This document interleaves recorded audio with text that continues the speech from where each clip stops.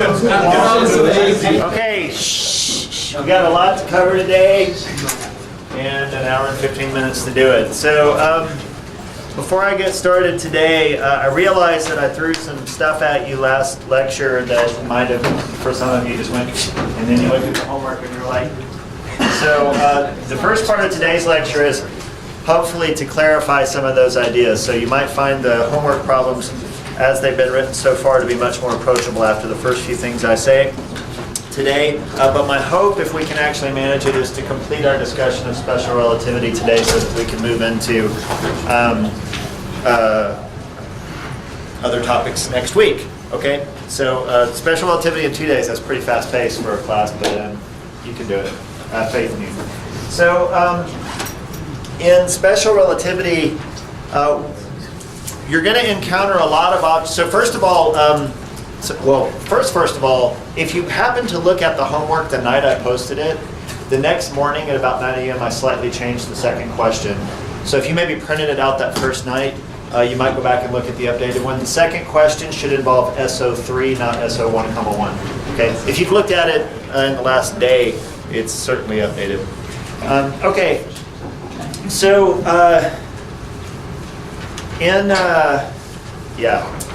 okay. In special relativity, that's the other thing I was going to say. The other thing I was going to say was there's going to be a lot on my notes that I'm not going to write on the board. So you should look at these online. Okay. I realize the notes are now they have to play the role of your book. I don't actually have a book for this class, so I'm going to start fleshing out these with a lot more words. So I'm not going to write every single thing on these papers, but I'll post exactly what's on here online, so you can go ahead and look at it. Okay, so in special relativity, the way that we're handling it, okay, you're going to see a lot of objects which kind of look similar. Okay, you're going to see things with lots of indices. Okay, and the first thing I want to do is just kind of give you a rundown on the different kinds of objects that you're going to encounter and their different roles. So first of all, you're going to run into kinematic and dynamic tensors. And what I mean by that is any kinematic quantity you've ever dealt with, momentum, velocity, whatever, or any dynamic quantity, force, electric and magnetic fields, things like that. Those are all going to be represented by tensors, and so they're going to be represented by objects with indices, okay?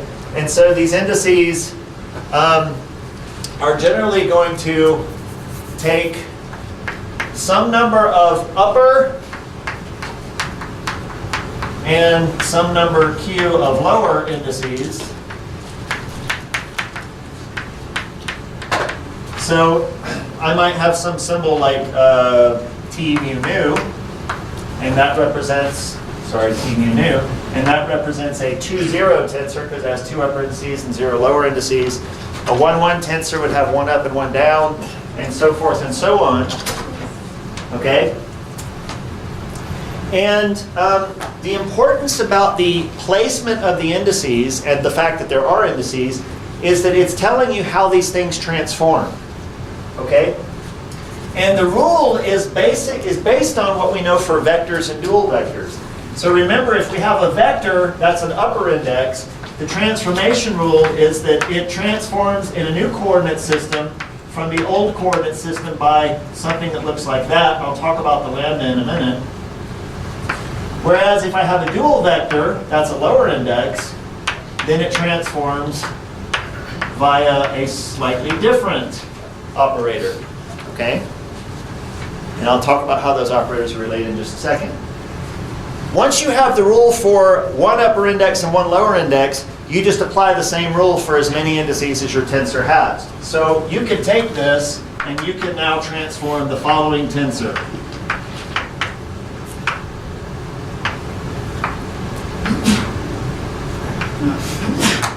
Okay? You wouldn't want to, but you could.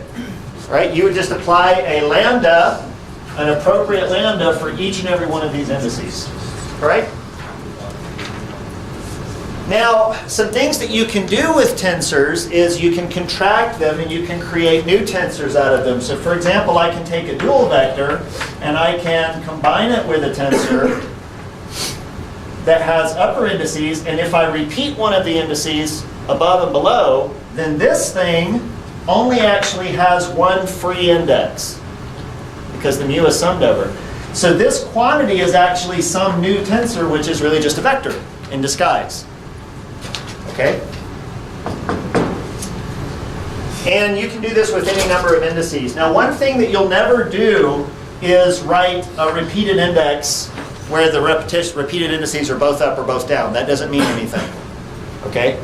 The whole point of combining indices like this is that I'm creating something that disappears in the sense that if I repeat the index, that should be equivalent to an invariant scalar. And the reason it is because a lower index and an upper index transform oppositely.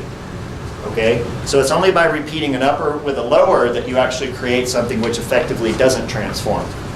Okay? So you should never write something with the repeated indices both upper or both lower. It just doesn't work for us. It doesn't do anything.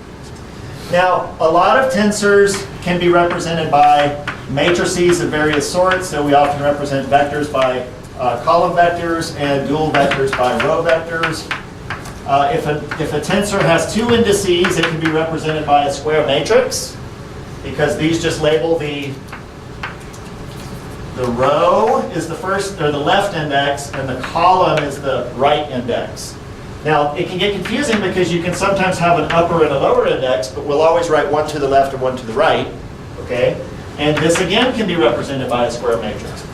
Anything with two indices can be represented by a square matrix, okay?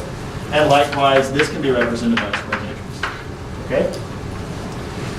However, there are going to be objects which can't be represented by a square matrix or by any kind of matrix, okay? So for example, if I have a 3-index object, I can't represent that by a square matrix.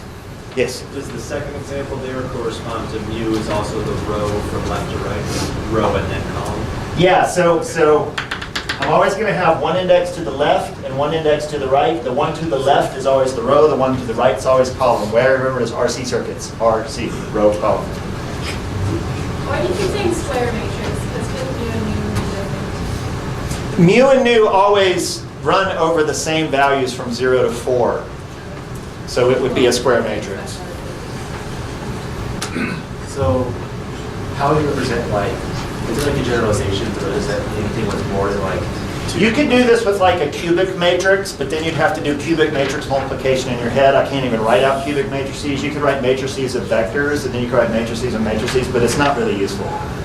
Beyond just ordinary matrix multiplication, trying to generalize this is not very useful. Okay? So yes, you can generalize it, but no one does. All right? Okay, so we're going to encounter lots and lots of tensors. There is a very special tensor, though, that stands out as unique, and that is the metric tensor.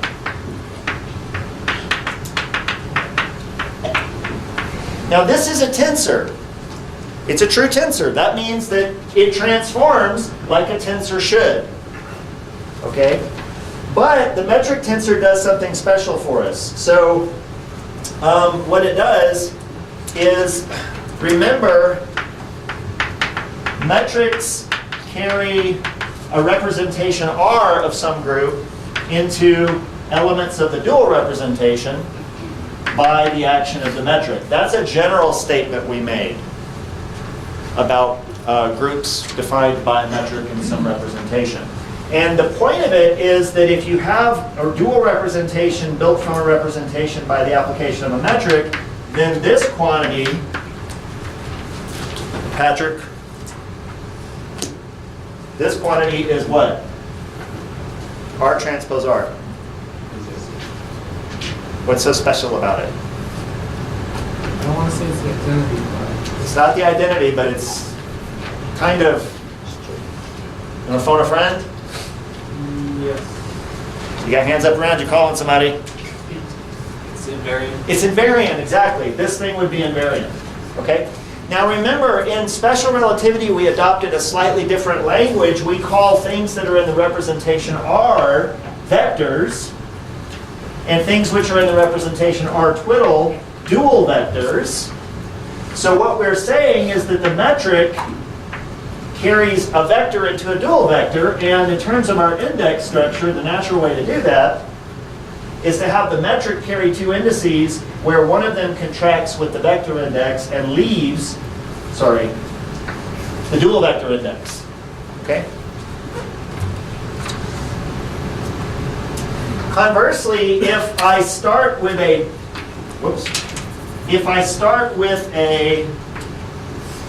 dual vector, I can use this guy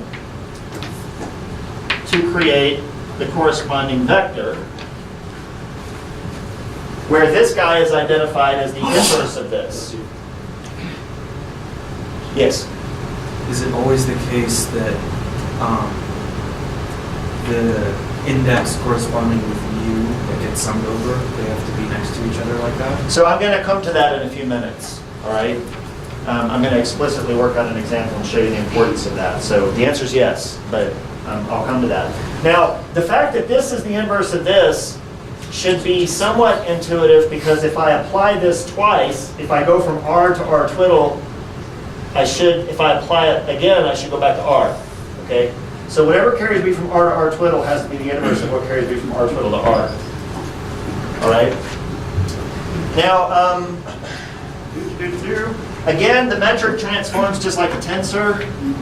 So if I change coordinates, this basically gets two factors of the lambda matrices, and you can also transform the dual metric in the appropriate manner. Now, in special relativity, this metric takes this particular form, okay? If we work with rectangular coordinates, and you don't have to, you could use spherical polar coordinates, but no one does, it's stupid. In rectangular coordinates, the metric in special relativity, which we often denote, and I will henceforth denote as eta mu nu, has the components minus 1, 1, 1, 1, okay? And we've seen this before. And what's nice is that eta mu nu has the same components. The inverse metric has the same components as the metric itself. So if I just write minus 1, 1, 1, 1, and I don't tell you what I'm referring to, you don't know. So it becomes very important not to just write down a matrix, but to specify the index structure of what that matrix is referring to. Because if I write this down, I don't know if I'm referring to this or this. And they're different things. They would transform differently. Okay? Now, some interesting properties of this metric, if I take it and I if I combine one of the indices with another, so the metric with the inverse metric, and sum over nu, well, these are inverses, so basically that should be the identity. And the identity we can write as a delta function. It says this is equal to 1 if these two are the same. Okay? Another property is if I completely contract over the indices of the metric, that is, if I take the trace of the metric, I get what?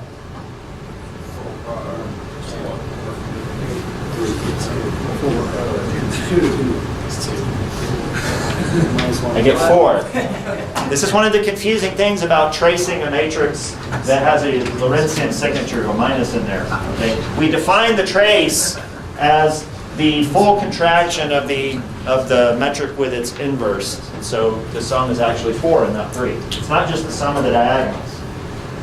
For the transformation of the metric G, Yeah. aren't those lambdas in the wrong order? Shouldn't mu be next to mu? Don't worry about that right now. You're worrying about that ahead of time. Don't worry about it. I'll talk about order in a minute.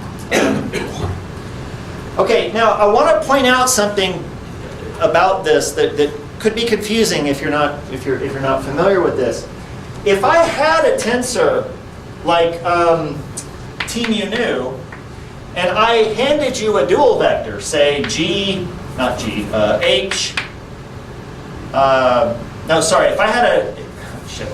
I had a vector v mu and I handed you an arbitrary 0, 2 tensor, so something like that, this would lower this index, right? The mu would disappear because it gets summed over and you'd be left with a nu. Okay? So you might be tempted to call this v nu. And here's the thing. If this is the metric tensor, that's true. But if it's an arbitrary 0-2 tensor, this is not true. This is just some different tensor. The metric is the unique map between a vector and its corresponding dual vector. Okay? You can combine tensors and turn vectors into to turn vectors into dual vectors, but they're not necessarily in correspondence in the way that the metric corresponds to them. So we denote that by changing the symbol. So when I have a metric acting on something, I always use the same symbol. But if I'm doing it with something else, I change the symbol because that's just a completely different tensor. Okay, the last thing that we encounter quite a bit in special relativity are, of course, the lambdas. So we encounter lambda mu prime mu if we're transforming vectors. And we encounter lambda mu prime mu if we're transforming dual vectors. But these are related because, after all, if I want to switch the order of these two indices, that corresponds to a transpose.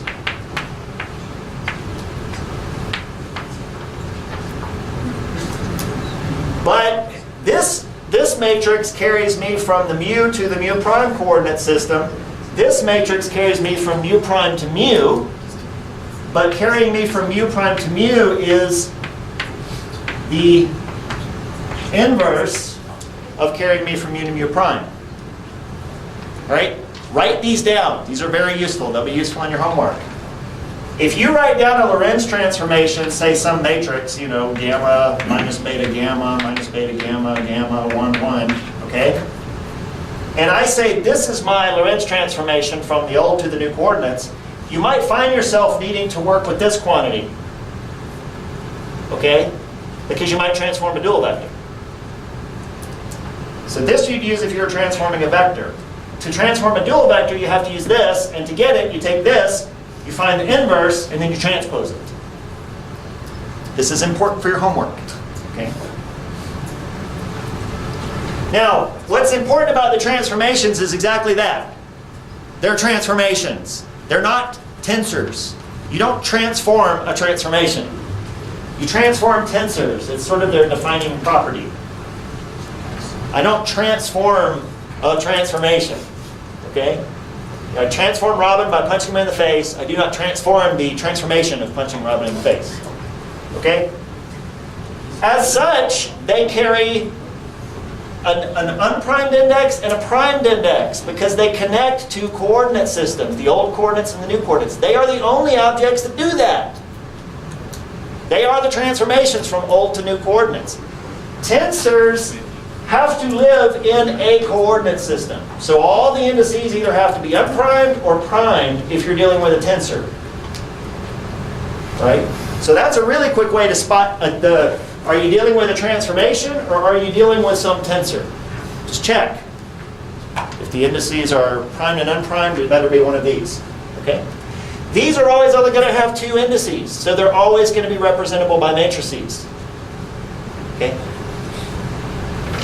All right, so that's sort of a summary of the kinds of things you're going to see.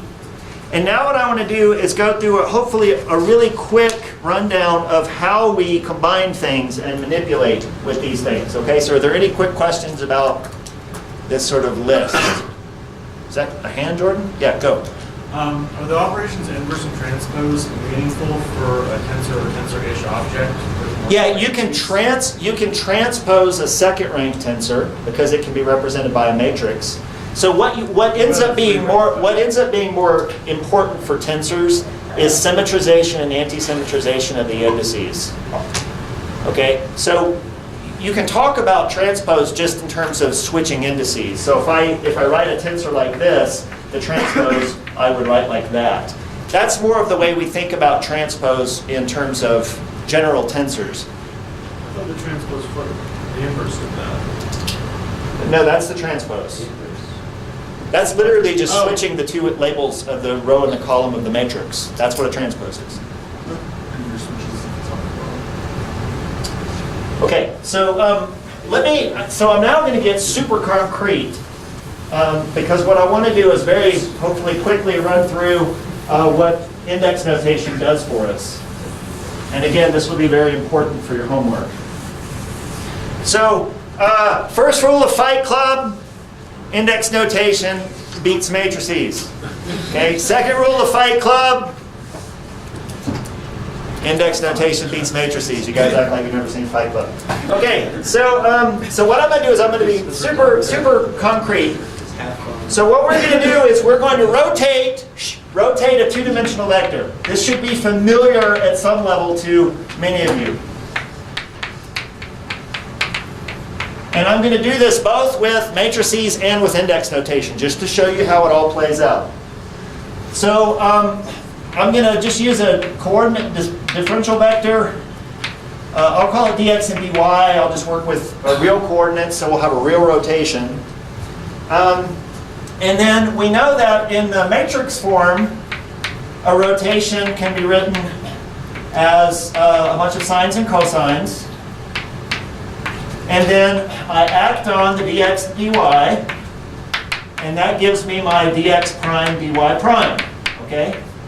So if I actually do the matrix multiplication, this becomes cosine theta dx minus sine theta dy, sine theta dx plus cosine theta dy. Okay? I just multiplied this 2 by 2 matrix by that 2 by 2 vector and wrote out what I got. Okay? If I take this and I identify it with this, that tells me what my new dx is. My dx prime in the new coordinates is cosine. I feel like I'm yelling. Am I being really loud? Yeah. It's like high energy. Okay, so your dx in the new coordinates would be related to the dx and dy in the old coordinates by left. Okay, and similarly for the dy. Now, what I'm going to do is I'm going to take this thing and I'm going to identify it with the components of the transformation matrix. Remember, this is the one that I would use to convert a vector. Okay? So if I do that, then I can go, remember row, column, I can go one at a time and I can say that the 1 prime 1 element of this is cosine theta. The 1 prime 2 element of this, first row, second column, shit, I can never do this. First row, second column, yeah, minus sine theta, thank you folks. And then the lambda 2 prime 1 element is sine theta, and the lambda 2 prime 2 element would be cosine theta. Okay? And now what I'm going to do is use these to do the same transformation but using index notation. So we know that dx mu prime is lambda mu prime mu dx mu, where this is summed over. So secretly what this means is lambda mu prime 1 dx1 plus, that's a prime, plus lambda mu prime 2 dx2. Yes? Is my understanding correct that the primes that you're using are just dummy notations for a different indice or index? So they are the new coordinates. Okay, but your transformation matrix has a prime. Oh, that's bringing you to the new coordinates? Yeah, Oh. yeah. Okay? So everybody see what I just did? This is the way the transformation works, and I'm just summing the index. I put in the values that it takes, and I add, only add when you do a summation. All right? Now, what I can say is, notice there's a mu prime here, a mu prime here, a mu prime here, and a mu prime here. This is a vector equation, so that means I can pick different values of this, and everywhere over here I pick the same value. So now this is lambda 1 prime 1 dx1 plus lambda 1 prime 2 dx2, and then I can go and pick the other value.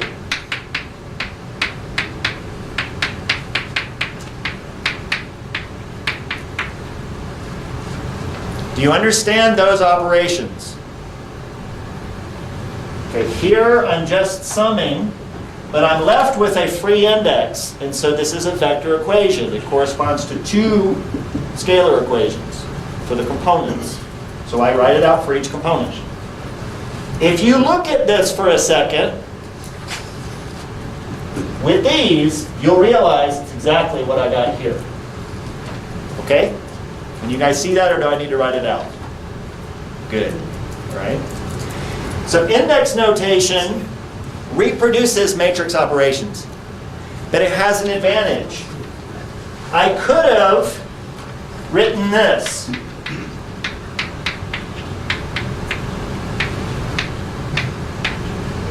What did I change? Brandon. Going from here to here, what did I change?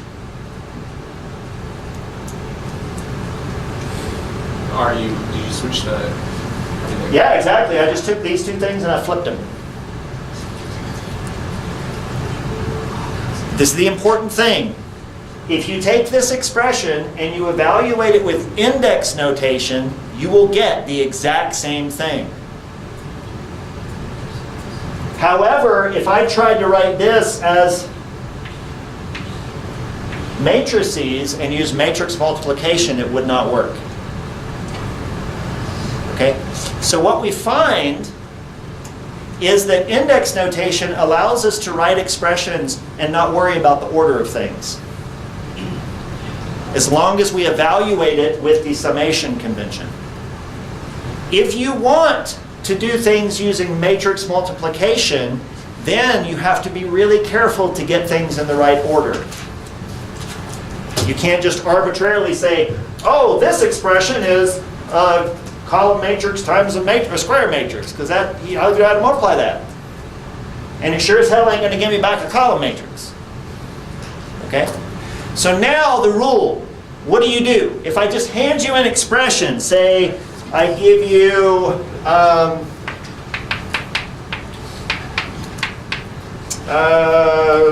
so if I give you this, if I say m mu nu t lambda mu, this you can represent as a square matrix. This you can represent as a square matrix. I'll call that t, I'll call that m. Okay? You might be tempted to say, okay, there's a repeated index, so overall this is going to be left with 1, 2 free indices. So there'll be a matrix left over. And you might be tempted to say, I just take m and multiply by t. That's wrong. The rule is that before you write things as matrices and use matrix multiplication, you have to get the repeated indices immediately adjacent to each other. Mu is repeated, so what I have to do is switch the order of these two things, and then I can replace them with matrices. That's the rule. Okay? All right, now, when you do this, there's a couple of special cases to remember. First of all, the metric is symmetric. So you're always free to rearrange, to switch the indices of the metric itself.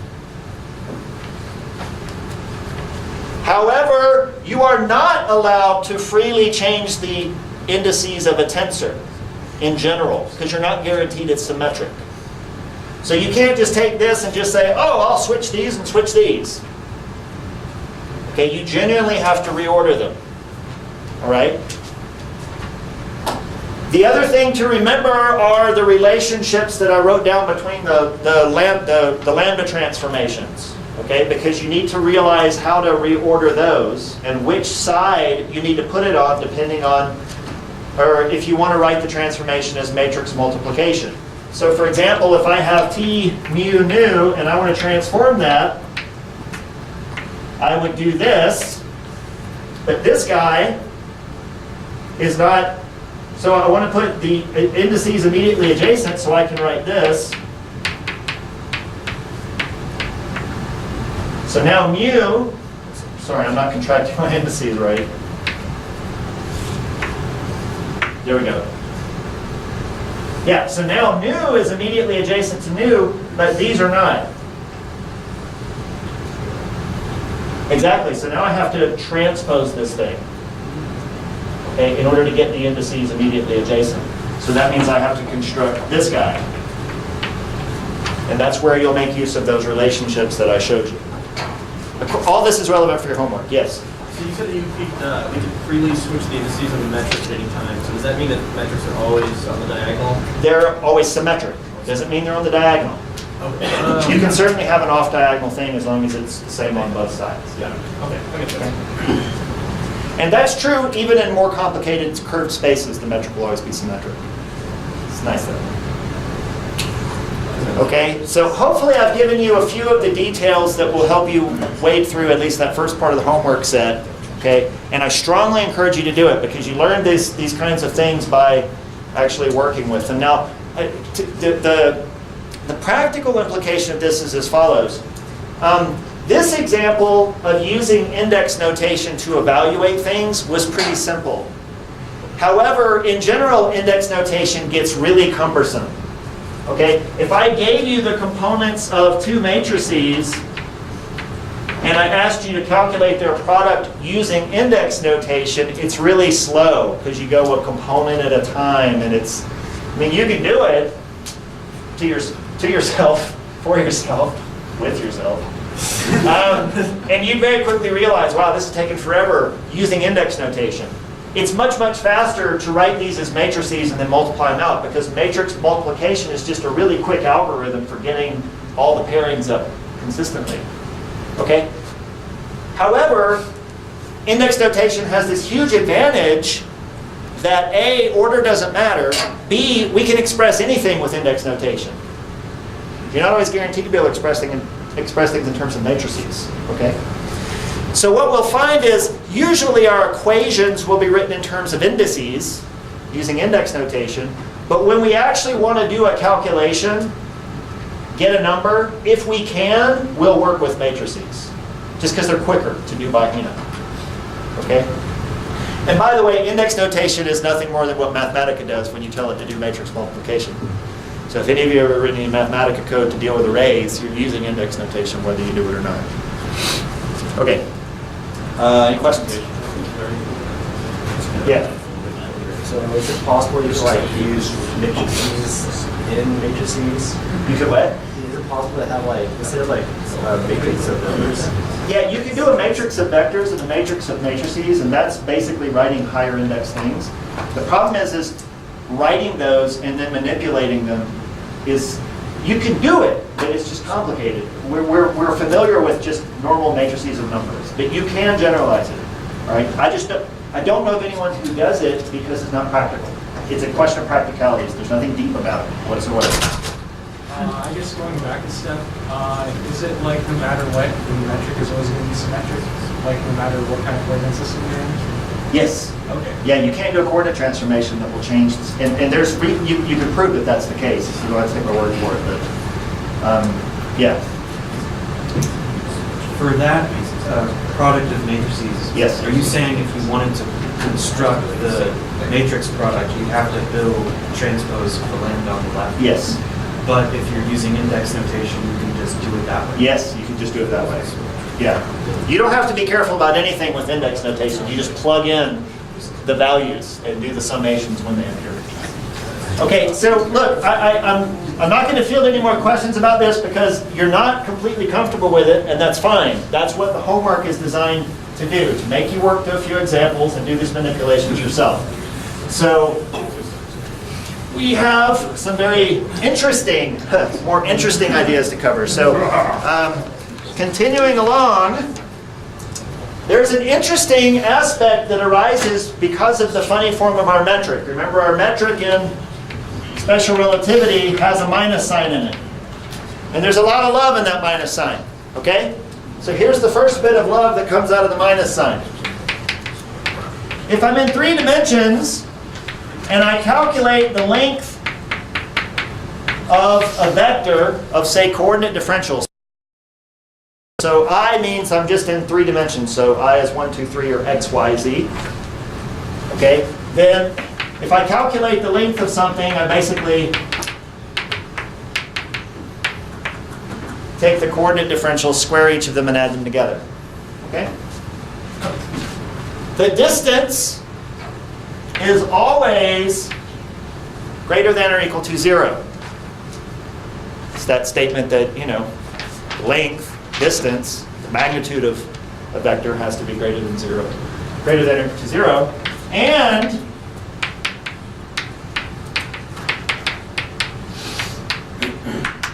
it's only equal to 0 if the vector itself is 0. Okay? None of this is really, none of this is true in special relativity. So notice I'm saying special relativity, not 4D, because you could do 4D with the Euclidean, the 1, 1, 1, 1, 1 metric, but I'm talking about special relativity with this metric. In special relativity, ds squared is minus c squared dt squared plus dx squared plus dy squared plus dz squared.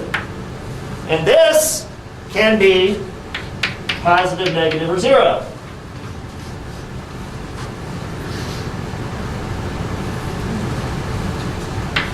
Moreover, we can have ds squared equal to 0 even when dx mu does not equal 0. So I can have the components of a vector and its dual be non-zero. So remember, this is dx mu, dx mu.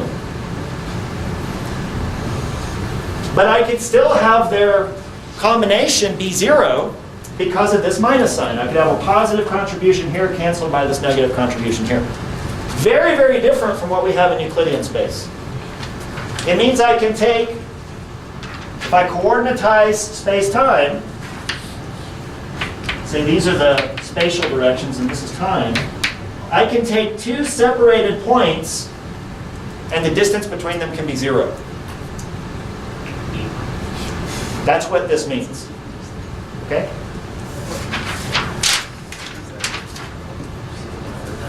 Now I'll come back to that in just a second.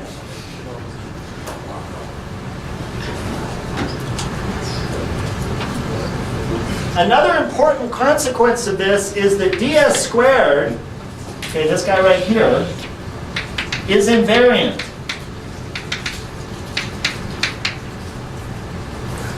It's invariant. I'm not going to explain that. It's invariant, right? There's no free indices. If it's invariant, that means that it has the same value no matter what coordinate system you are looking at it in or from. Okay? Which means if it's negative for one observer, it's negative for all observers. If it's positive for one observer, it's positive for all observers. And if it's 0 for any observer, it is 0 for all observers. Now that might not sound so interesting, but what is interesting is that the sign of this is actually controlled by how the velocity compares to the speed of light. Okay? So for example, just so that you can see it, you don't have to do this, but it'll be easier to visualize. If we take 0 displacements in y and z, so we're just looking at dx, then if dx dt is less than c,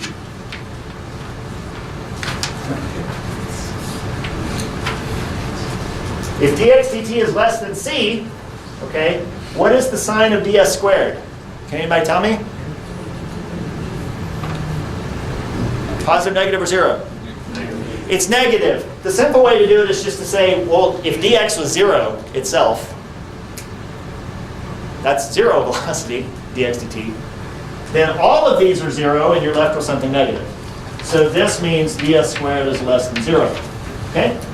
If dx dt is equal to c, what is ds squared? 0. It's 0.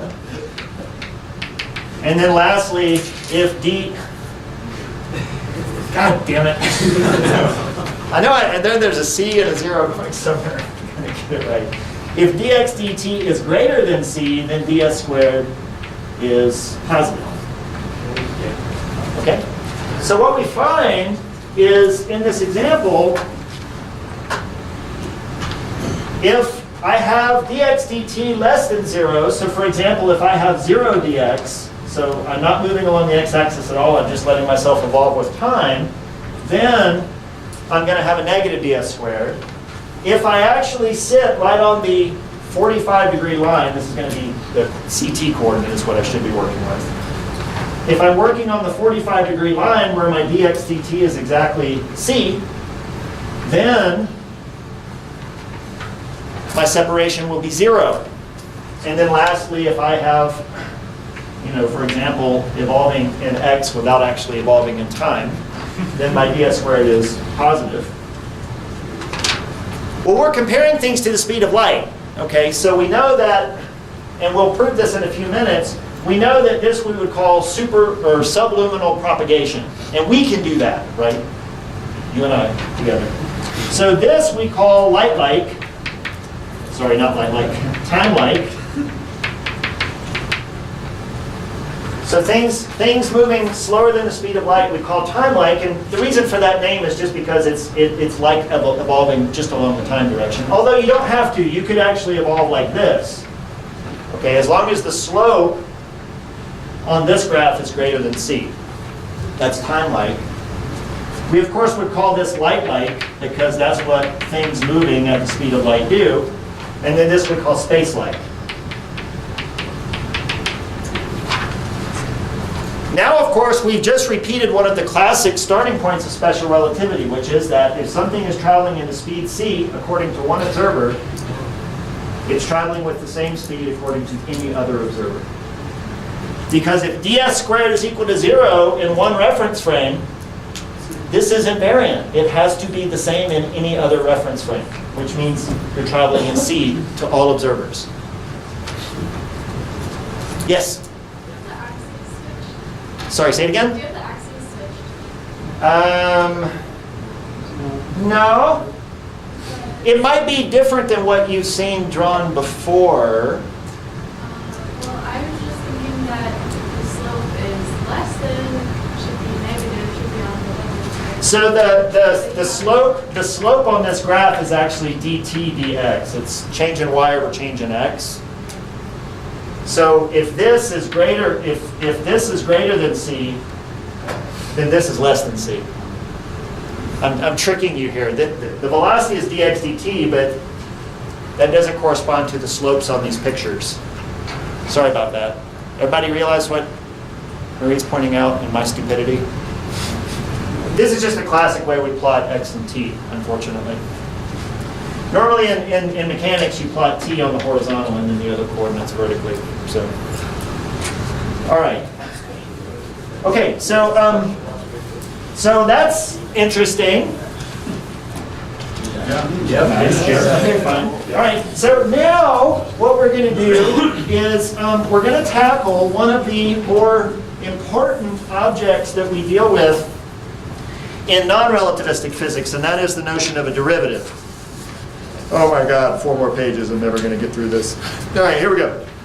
So, in non-relativistic physics, in non-relativistic 3D, we encounter 2 types of derivatives. Okay, we find the del operator, which we often apply to fields.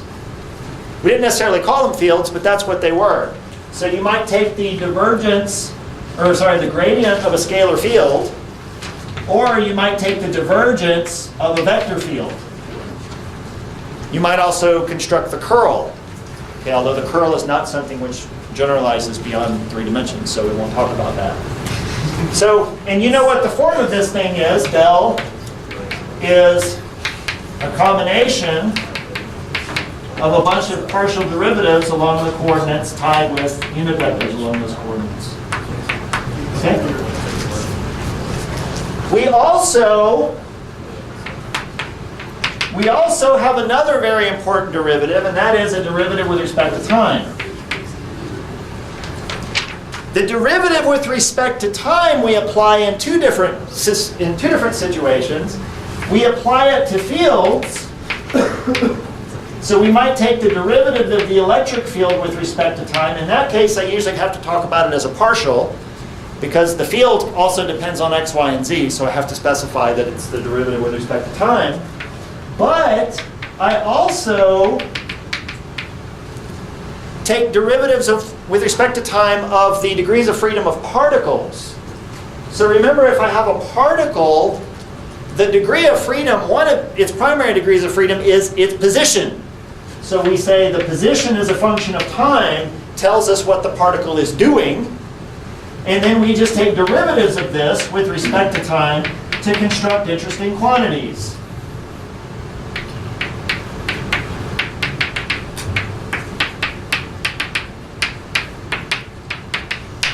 Okay?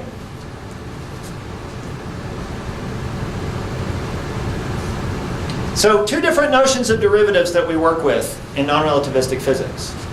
Now we're doing relativity. Everything has to be relativized. Now naively looking at it, you might go, oh, I know what to do. I take this, and I combine it with that, and I make a four derivative. Right? Well, it turns out, yes, that's exactly what you do. But that's not the whole story. Because this thing is only going to make sense when I'm dealing with fields. We will deal with fields. We're going to write Lagrangians and equations of motion in terms of fields. Okay? And I'll introduce that derivative in just a second. But we are also going to do scattering calculations. That's the primary kind of concrete calculation we're going to do, because that's what we want to compare to experiment. And in experimental settings, the degrees of freedom that you're controlling are behaving more like particles. So we do want a derivative for special relativity that we can use with particles. So we're going to need a relativistic generalization of this. So I'm going to give you both. Okay? And we're going to use both at different times in the course. In a full quantum field theory treatment of everything, they're related, but we're not going to be going through the details of that. So for now, I'm just going to hand you two relativistic derivatives. So to start, we'll start with the easy one. Maybe what is surprisingly the easy one. In special relativity for fields, we use a derivative which I'll shorthand call d sub mu. This is actually the partial derivative with respect to the four coordinates of space-time. So you can think of this as a d by dct, d by dx, d by dy, d by dz. Okay? That's the sort of thing you might have guessed for a four-dimensional derivative. Just throw the time derivative in there and you're done. Bam! Okay? Now I write this, and when I write it like this especially, you might be tempted to go, ooh, that looks like a tensor. Is that a tensor? Maybe it's a tensor. It is. What kind of tensor is it? Hayden. What kind of tensor is it?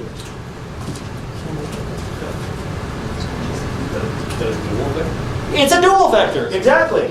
It's got one lower index, which means if I want to transform my coordinates and find out what the new derivative operator looks like,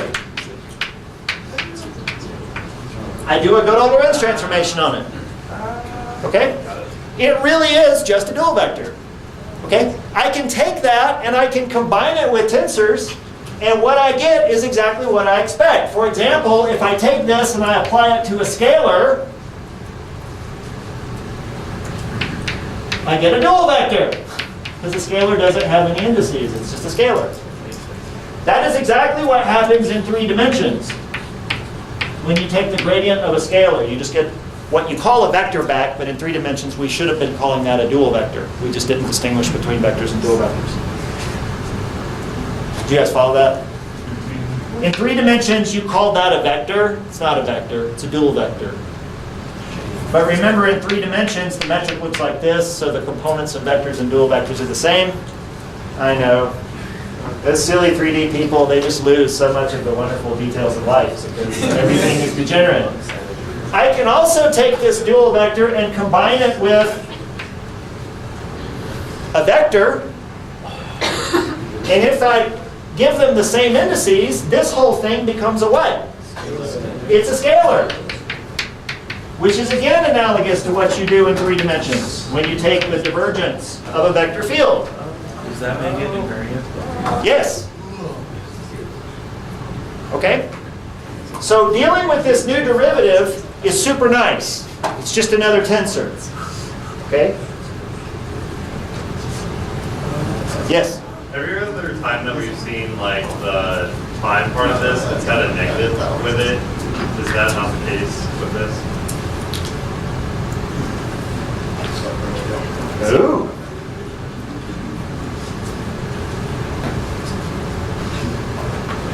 What do you think? I feel like there should be, but I have no basis. Okay, so the negative comes in when we go from vectors to dual vectors and vice versa. Most of the time when I've been talking about using a metric, I started with a vector and then created the dual vector. So if these were positive, this one became negative. Yeah. However, I am defining this as a dual vector, which means if I wanted to construct the vector derivative, this would have components minus dc. So that's a really good question, Robin. Okay? Now, some people take this thing and they write this. I never do that. I think it's stupid. Coordinates always have an upper index. Okay? I don't talk about dual coordinates. So don't use that notation. You can think of this as simply g nu mu acting on the derivative as it's normally defined. Or sorry, eta mu nu. I should use the special relativity metric. Okay, so there you go. We define it as a dual vector with positive partials, but the dual form of it with the upper index would be have a negative sign in front of that guy. And you'll use both. Okay? That was easy. Okay. Now it gets hard. I know. So this is the derivative that we're going to use when we deal with fields. That's how it's defined. We're probably not going to revisit that for a bit, but the next derivative we're going to talk about, and you're going to see on your homework. You might not see it. You might see it on your homework. Okay, so now we need a generalization of the derivative d by dt. Okay, where this is a d by dt for particles. Okay, now, so in 3D, we take the position vector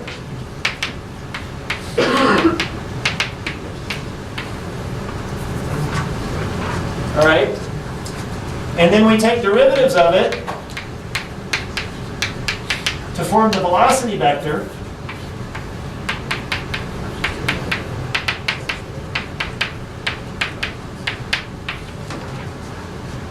So you might be tempted to say that in special relativity, we take the position 4 vector of coordinate differentials,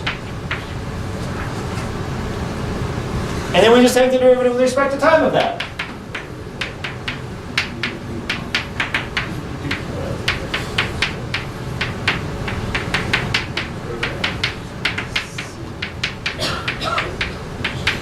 Okay? That's the naive thing you do.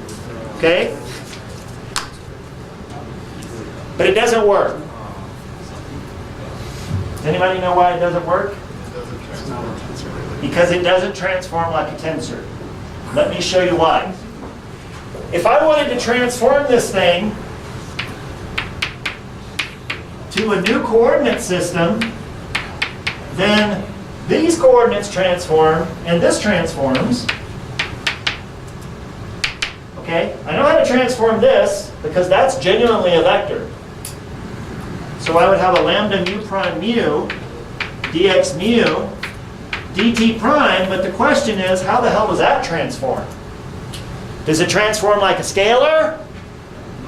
No. Does it transform like a vector? No. Transforms like a coordinate.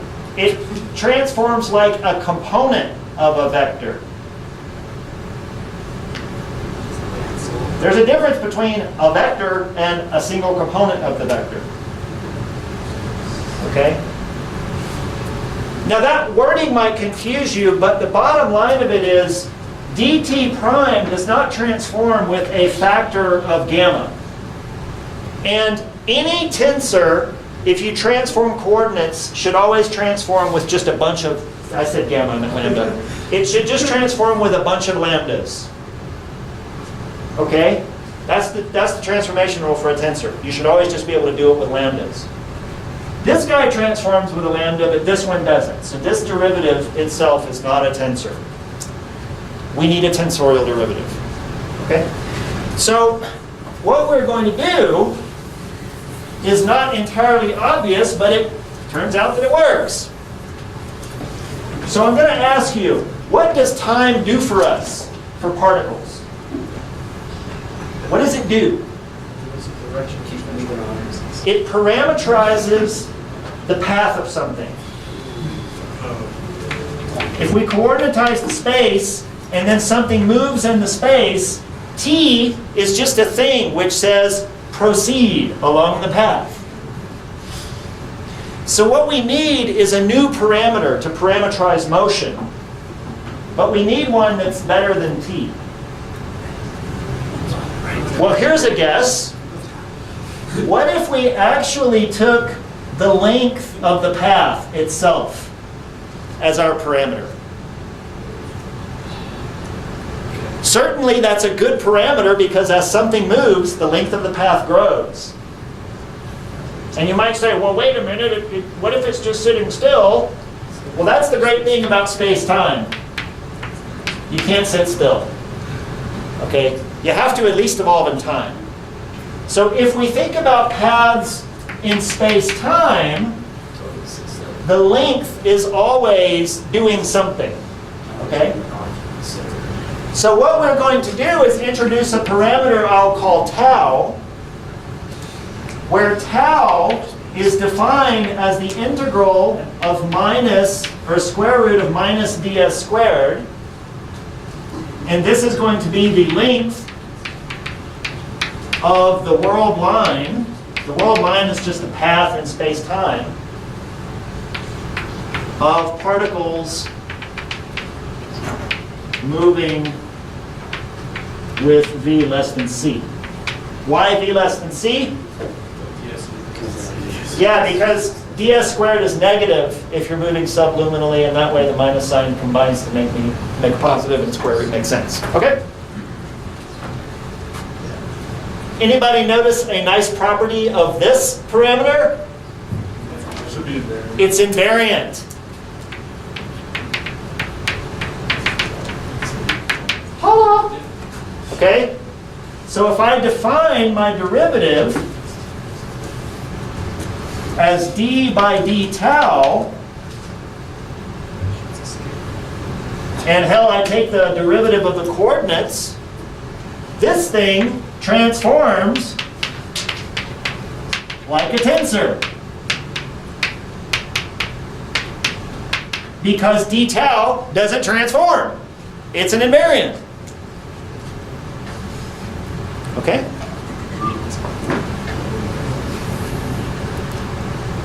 Now there's a lot of weirdness that comes out of this definition. You might think that could in no way be related to the things we normally think of, but it actually turns out that it does. Yes? So why do we not run into this problem in 3 dimensions? Because, well, it's not necessarily 3 dimensions. It's why do we not run into it in non-relativistic settings? And the issue is that in non-relativistic settings, t is absolute. You do not transform time. So when you do dx dt or dr dt, and you do a rotation, you never touch time. So it wasn't an issue. But in special relativity, time and space mix, so you have to be a lot more careful. Okay, so with no further ado, I am now going to introduce one of our fundamental kinematic quantities, the 4 velocity. So the 4 velocity, which we usually symbolize with u instead of v, just to clarify. So it's a 4 vector, it's got 4 indices, and it is going to be the derivative of the coordinates with respect to tau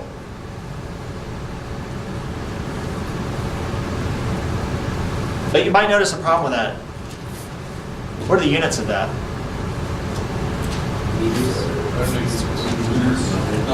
C is 1, who cares? Yeah, this is unitless as it's written.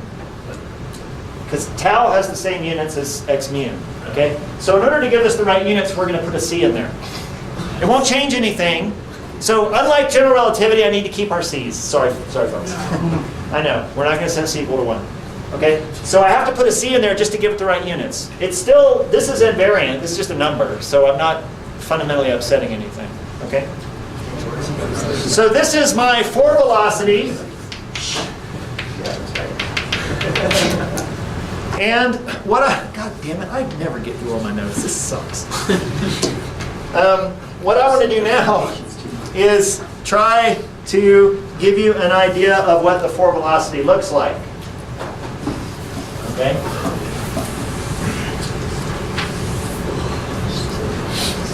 So, first of all, this parameter tau,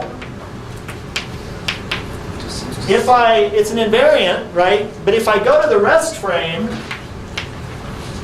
in the rest frame, my dx, dy, dz are all 0. I'm sitting still.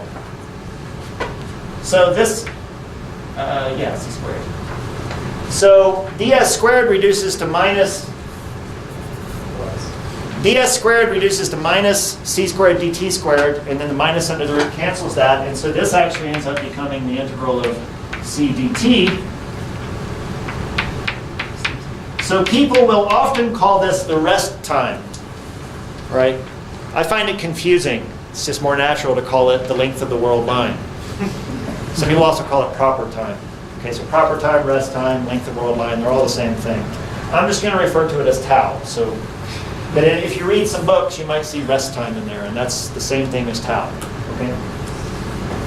All right. So what I want to do now is try and give you an idea of what this thing looks like. So first of all, let's look at 2 frames. So I'm going to have a frame S, and then I'm going to have a second frame, and this is going to be the rest frame of a particle. So if I put the particle at the origin in this frame, it stays at the origin. Okay? Now, if this frame is moving with some velocity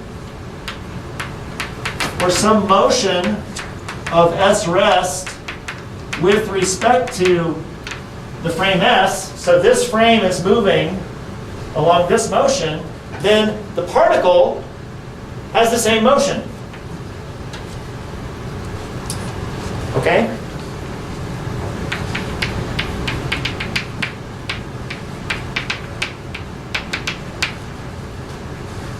So what it does is it allows us to talk about the motion of a particle in terms of the change between 2 frames. Okay? Now, if you didn't start in the rest frame, this would be a more complicated story. Because you could start in a frame where the particle itself is moving and then talk about moving that motion to yet another frame. Okay? But if we start in the rest frame, the particle's motion is degenerate with the motion of the frame as seen in S. Okay? So what I want to do is I want to evaluate this thing in the frame S. So just cranking through, the 0th component of this would be c dct d tau. The first component would be c dx d tau, and so forth. Right, I'm just going to abbreviate this. Okay, I, it goes from 1, 2, 3, x, y, z. Okay?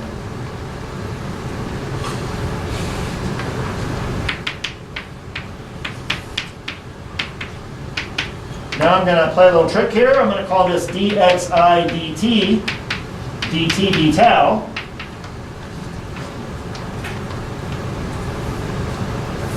The first two is the tau. Okay?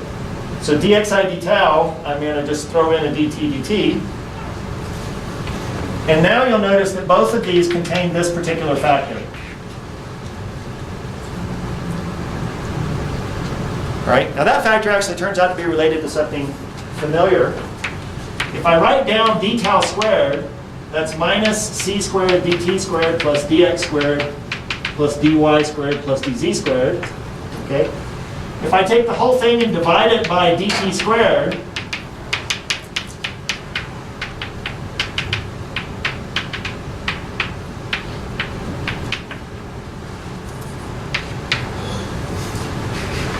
well, what is this?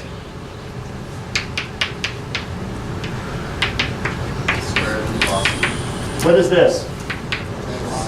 It's the 3 velocity, the regular xyz coordinate velocity as seen in the frame S. So I can just call that v squared. All right?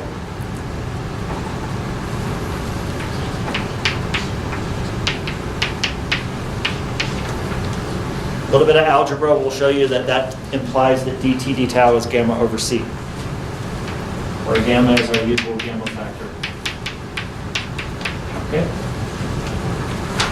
So that means in these expressions, this becomes c gamma, and this becomes vi gamma. So I can write my 4 velocity as c times gamma, v vector times gamma. And you'll notice the 4 velocity has a funny property. If I evaluate it in the rest frame, it's what?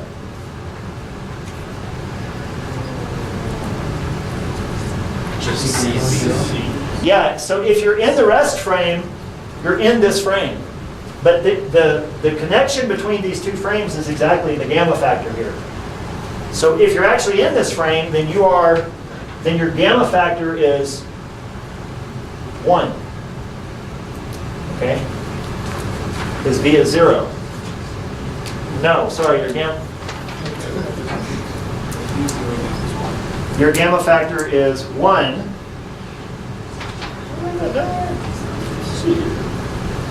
Oh, yeah. Sorry, your gamma factor is 1, but v is 0, because you're in the rest frame. Yeah, I knew it was C0, but I couldn't figure out why is it that gamma to get rid of it. Okay. So this is important. If you write this in components, this is going to be Vx times gamma, Vy times gamma, Vz times gamma. But the gamma factor uses all the components. I mean, the gamma factor uses the speed. So this has got Vx, Vy, and Vz in it. All right?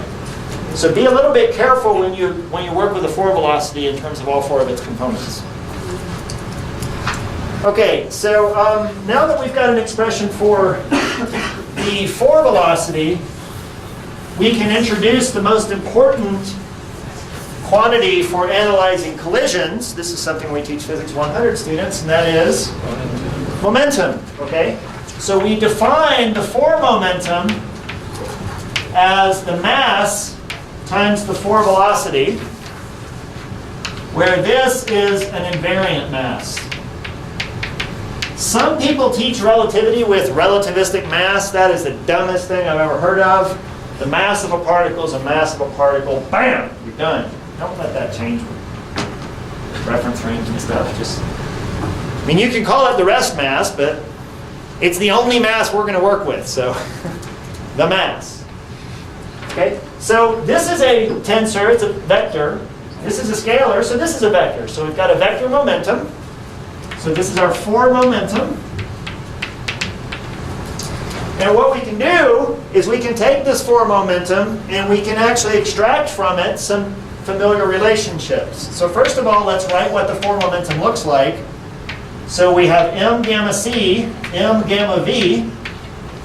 That's just using what I showed here for what the form of the 4 velocity looks like. And you'll notice that, well, the rest form of this is again just MC in the 0 component. And to really figure out what this looks like, what we're going to do is we're going to take V much less than C. And in that case, gamma is going to simplify to an approximate 1 plus 1/2 V squared over C squared, plus higher order terms. So if you just expand out 1 over the square root of 1 minus V squared over C squared to leading order, you'll get 1 plus 1/2 V squared over C squared. All right? You don't remember how to do those kinds of expansions, go back and visit your calculus class. And if I do that, then P mu becomes, all right,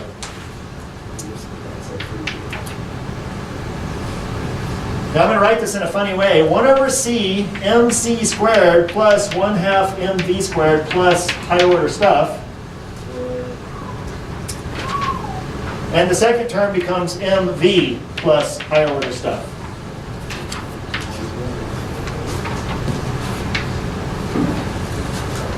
Okay, so this is m gamma c. The first term is 1, so mc, and you'll notice. So I'm factoring out a 1 over c. You'll see why in just a second. Okay? Now, if you look at this expression, you should recognize some familiar three-dimensional terms. What do you see? You see kinetic energy and free momentum. Okay? So the non-relativistic kinetic energy and momentum are hiding in this expression. So it makes sense to identify the top of this with what we call the relativistic energy divided by C. So this whole thing in parentheses is what we will call the relativistic energy. Or the relativistic kinetic energy is what I should call it. So maybe KE. I'm not going to call it KE because every boat writes it as E. So, but it's the relativistic kinetic energy.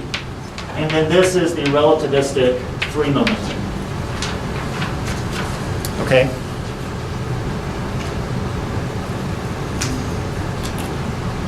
It's relativistic because you include all of the corrections. Okay? So this actually defines for us what we're talking about.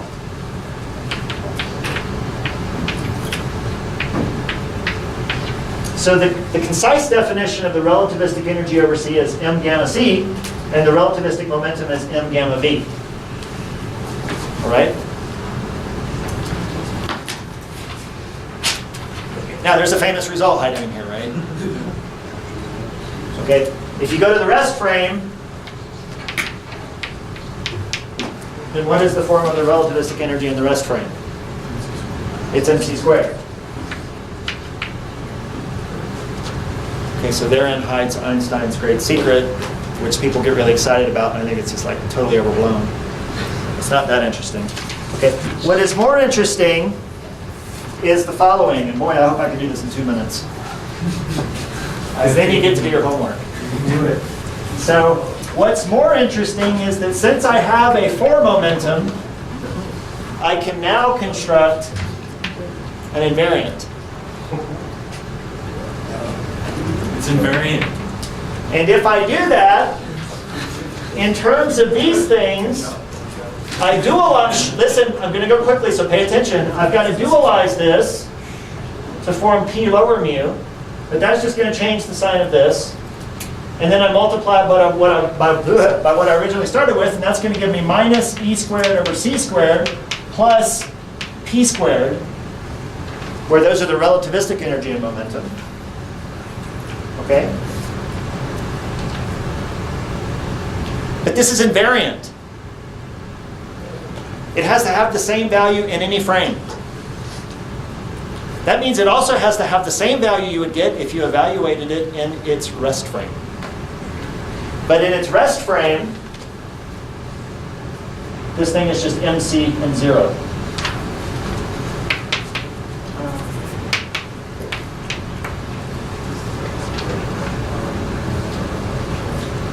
So this leads to a very famous relationship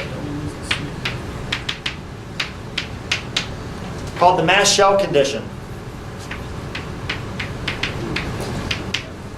All real particles, and the word real we'll talk about later, all real particles have to have this relationship between their relativistic energy, their relativistic momentum, and their rest mass. Okay? Be careful, this is the spatial momentum, not the form momentum. Form momentum I'll always try and reference either as a capital P or with mu's. Okay? This expression is a very, very powerful expression. In particular, it tells us that if we take a form momentum and we construct the invariant is less than 0, equal to 0, greater than 0, that is time-like, light-like, or space-like, if you have positive mass, 0 mass, or you're tachyonic.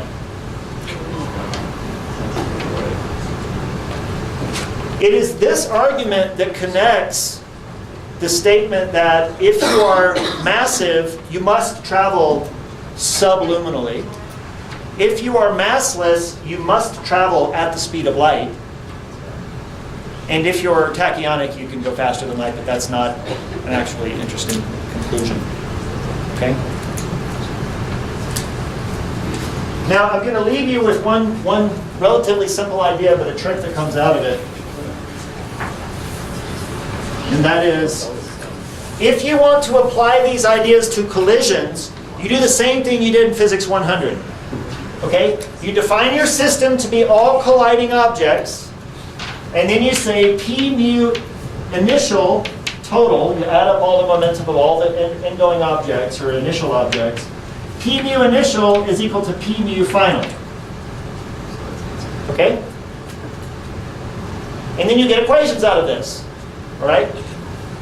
But there's a very, very important trick you can do. If you work with this equation, these two things must be in the same frame. Whatever's on the left has to be in the same frame as what's on the right. However, if I consider this,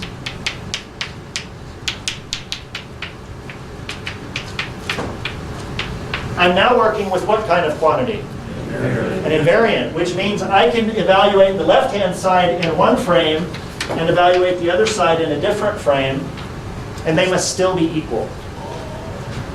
So when you analyze collisions in relativity, you'll often try to make use of the square of the form momentum of the system, because it will allow you to evaluate it in really simple frames, like the rest frame of things, where these things are incredibly simple, and then immediately relate it to what's happening in another frame. Okay? So again, my notes are a lot more detailed than what I've had time to write on the board, so please have a look at them. I am going to add 2 more questions to your homework on top of what you already see, and those questions are basically going to be studying relativistic collisions. So you're going to get some practice using this.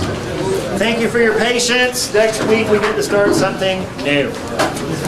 Here's the door. The right-hand side of that equation, should that be P mu I, P mu I? Because it looks like you're just multiplying on the left by P mu I.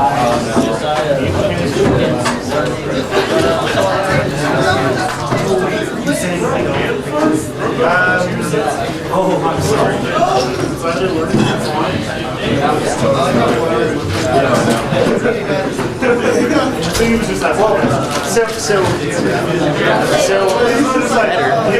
These things are equal. So their duals are equal. So there's no reason to distinguish these two things. But of course, once I fashion those combinations, then the fact that they're invariants means I don't have to stick to one of them. All right, let's get out of here. There's a class.